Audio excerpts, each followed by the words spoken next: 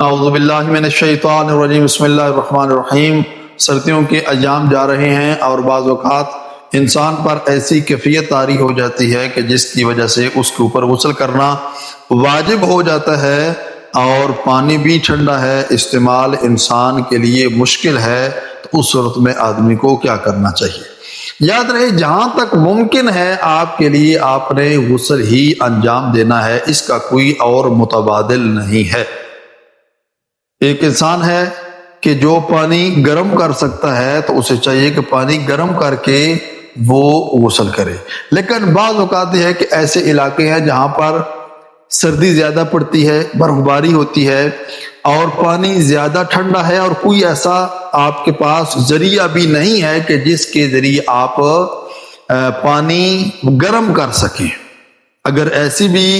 صورتحال بن جاتی ہے کہ پانی گرم ہی نہیں کر سکتے آپ، اور ٹھنڈا پانی آپ کے استعمال کے لیے آپ کو پتا ہے کہ میں استعمال اگر کرتا ہوں تو وہ میں بیمار ہو جاؤں گا،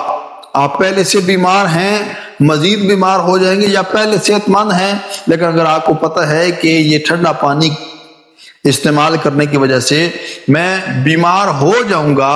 اگر اتنا بھی آپ کو ہے کہ میں بیمار ہو جاؤں گا، تو پھر بھی آپ جو ہے وہ اس صورت میں غسل نہیں کر سکتے۔ اس غسل کے بدلے میں آپ تیمم کریں گے، تیمم کر کے آپ اس کی جگہ پر نماز پڑھ لیں گے، دوسری عبادات انجام دیں گے، خداوند کریم آپ کی عبادات کو قبول کرے گا۔ لیکن یہ یاد رہے یہ ایک ایسی صورت ہے کہ اگر آپ کو اس صورت میں مشکل پیش آ رہی ہے، آپ کے لیے ممکن نہیں ہے، بیمار ہونے کا خطرہ ہے، تو اس صورت میں جو عام نارمل حالات ہیں ان حالات میں آپ نے غسل ہی کرنا ہوگا۔ رحیم پروردگار کی بارگاہ میں دعا ہے خداوند کریم ہم سب کو احکام الہیہ کے مطابق زندگی گزارنے کی توفیق عطا فرمائے۔ والسلام علیکم ورحمۃ اللہ وبرکاتہ۔